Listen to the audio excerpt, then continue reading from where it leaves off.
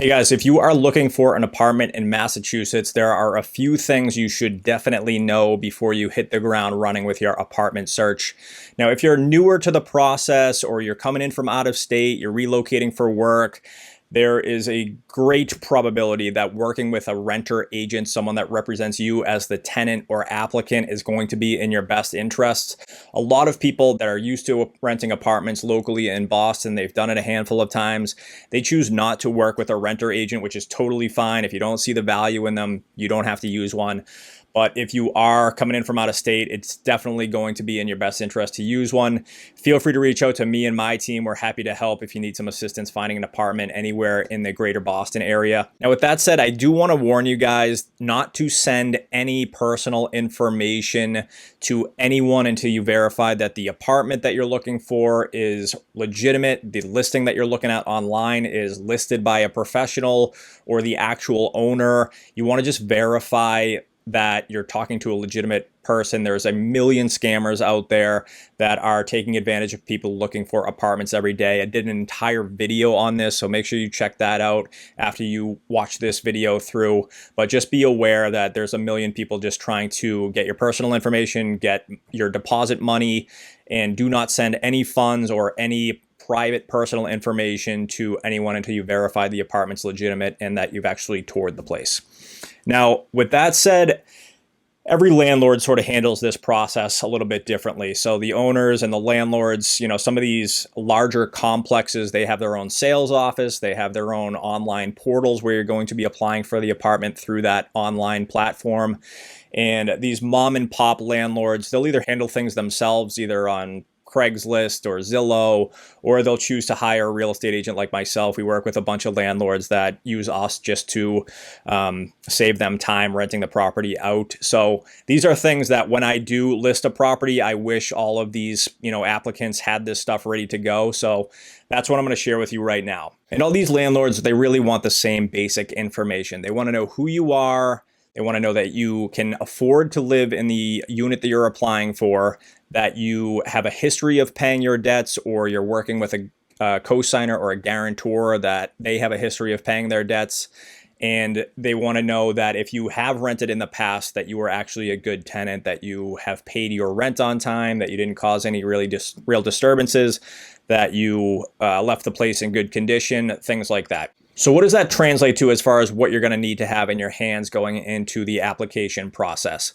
The first thing is a basic rental application. I'll share one in the description below, and you can download it and take a look at what you're going to need to fill out going into applying for apartments. I tell my renters that I work with just to fill out as much information as you can and leave the apartment specific information blank so you can use it for several apartments. If for some reason you don't get an application accepted on the first one, I tell them to just leave the bank account information off of it. They don't necessarily need that.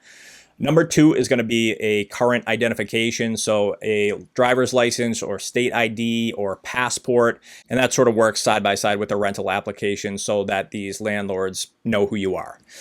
Number three is going to be proof of funds, essentially. A lot of people are using their employment pay stubs, so make sure they have your name, your employer's name, and basically what you're making every week or every 2 weeks, however you're getting paid or however the frequency that you're getting paid.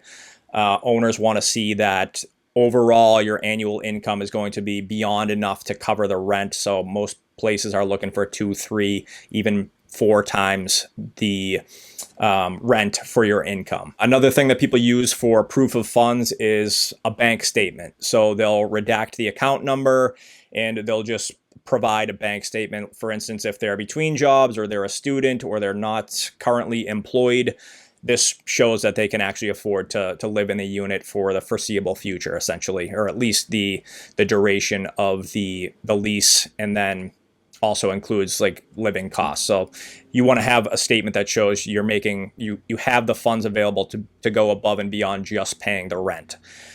Beyond that, if you're moving for a job, make sure you can provide an offer letter or something that's going to have your name, your employer's name, and what your salary is going to be when you start. Number 4 is a credit report.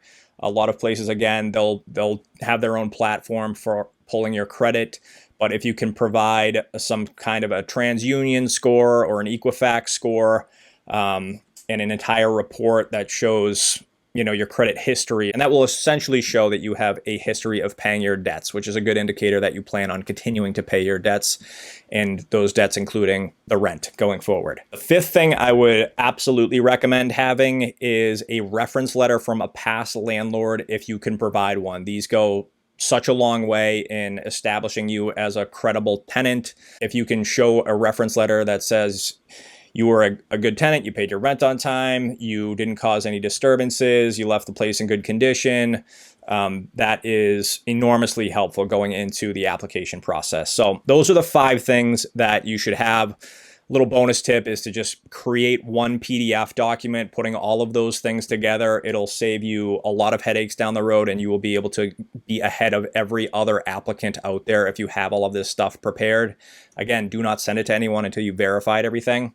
One thing you should be prepared for in Massachusetts is expect to pay first month's rent, last month's rent, and provide a security deposit. So this could be up to 3 months rent that are all going to be due at the lease signing. So just be prepared for that in Massachusetts. It's very common. Before August 1st, a lot of places were actually requiring that you paid a portion of the agent fee beyond those 3 months rent. So a lot of places were actually asking for 4 months rent, which is kind of crazy, but now there's no more responsibility on behalf of the tenant to pay that listing agent fee who was hired to actually list the property. So that's good news for tenants. Probably see rents increase due to that anyway, because landlords are going to want to recoup the costs for the agents that they hire. So instead of having the tenant pay it up front, they're just going to build it into the rent, and all the rents are going to go up a little bit.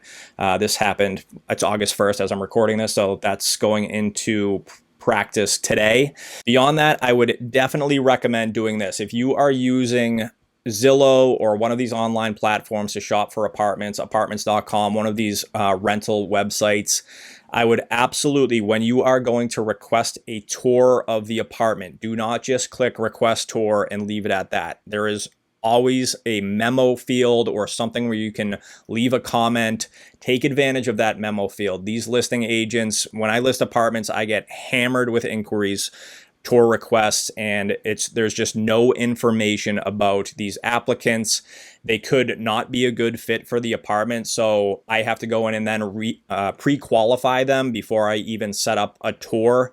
So if you can start by requesting a tour and at the same time give a little bit of information about who you are. Say, hey, it's me and my significant other are going to be living in the unit. We make combined $200,000 a year. We don't have any pets. We have credit scores in the mid 700s, and we're looking to move in September 1st. That is going to immediately qualify you as a solid applicant, depending on what the owner is looking for, obviously. But almost nobody takes advantage of those memo fields, and I highly, highly, highly recommend to get yourself a tour, to get a quick response from these agents or these owners who are listing these places. Provide a little bit of personal information. You don't have to put your social security in there, and definitely don't do that. But if you provide a little bit of basic information about who you are, what your rental history is, what your income is, and that you have solid credit, it's going to go a long way in getting you a response and getting you in the door for a tour faster. So hopefully that was helpful, guys. If you need some help finding an apartment in the greater Boston area, feel free to reach out to me and our team. We love helping people that are finding us on YouTube, whether they're buying a home, selling a home, or trying to find an apartment or rent an apartment. So feel free to reach out at that number below. Let us know if you need help, and we'll do everything that we can to support you. But thank you guys for watching, and I'll see you on the next one.